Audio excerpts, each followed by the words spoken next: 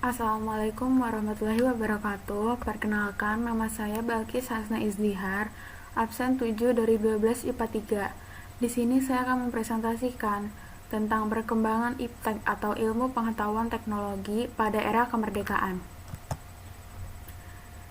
Dalam bab ini, saya akan menjelaskan 5 macam perkembangan IPTEK pada era kemerdekaan.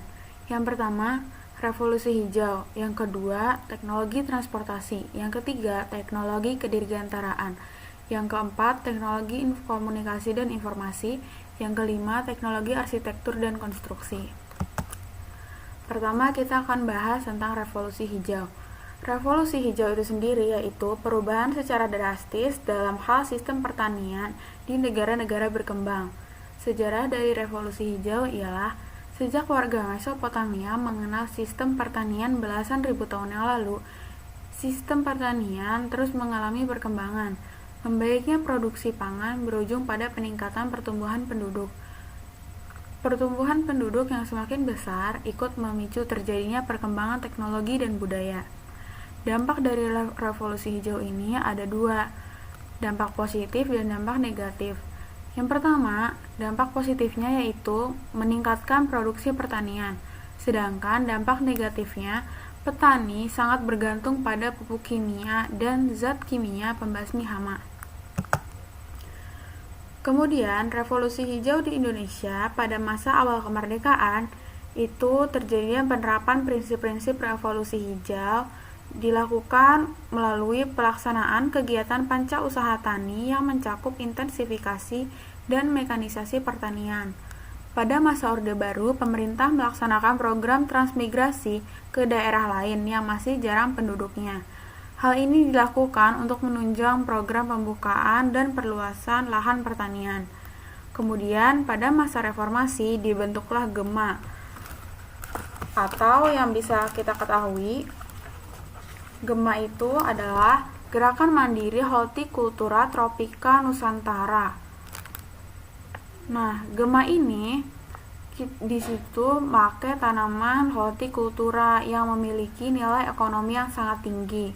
Karena mempunyai nilai ekonomi yang sangat tinggi, maka peluang pasarnya itu cukup besar dalam perkembangan teknologi. Kemudian, teknologi transportasi. Darat, laut, dan udara. Di darat, sekarang ini perkembangannya banyak jalur kereta api yang dibuka, banyak bus besar dan kecil yang beroperasi. Kemudian banyak angkutan umum yang beroperasi di dalam kota maupun luar kota. Tidak seperti dulu, sekarang teknologinya sudah semakin meluas ke seluruh Indonesia. Kemudian di laut, banyak kapal laut yang beroperasi mulai dari yang kecil hingga yang besar. Terus kapal tidak hanya digunakan untuk bepergian, melainkan banyak digunakan untuk pariwisata atau rekreasi. Jadi dulu itu tidak semua orang bisa naik kapal. Sekarang orang-orang banyak yang bisa naik kapal untuk kepentingan pribadi, untuk pergi ke suatu daerah atau hanya sekedar rekreasi saja. Kemudian udara, pesawat mulai beroperasi tidak hanya untuk kepentingan militer. Terus yang kedua, banyak maskapai yang mulai membuka penerbangan jalur internasional dan domestik. Kenapa sekarang udah tidak digunakan untuk kepentingan militer? Sebenarnya masih. Cuman dulu di Indonesia ini pesawat-pesawat itu sangat jarang sekali untuk orang-orang pergi. Kalau sekarang kita bisa pergi keluar kota waktunya dengan yang sangat relatif lebih cepat dibandingkan jalur darat. Itu kita bisa menggunakan jalur udara, menggunakan pesawat. Zaman dulu pesawat itu hanya digunakan untuk kepentingan militer dan berperang. Kemudian teknologi kedirgantaraan.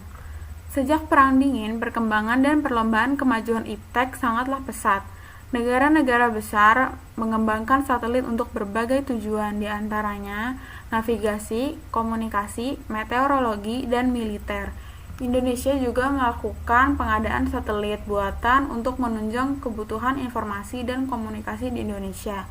Pada Juli tahun 1976, satelit pertama milik Indonesia yaitu satelit Palapa A1 milik Perumtel atau yang sekarang kita ketahui yaitu milik Telkom berhasil mengorbit. Totalnya sekarang ada 13 satelit milik Indonesia yang diluncurkan sejak pertama kali satelit Indonesia mengorbit pada 1976.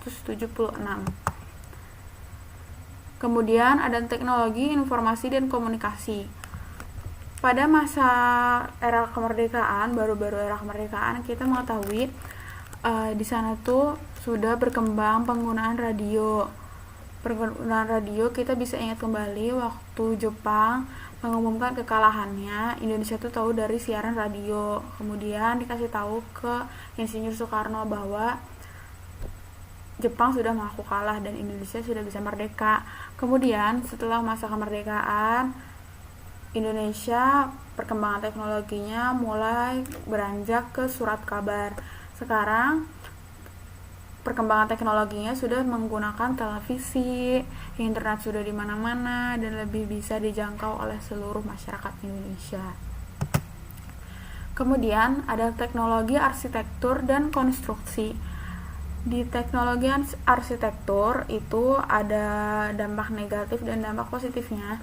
Dampak positifnya yang pertama, dapat memberikan pemecahan masalah pada letak bangunan.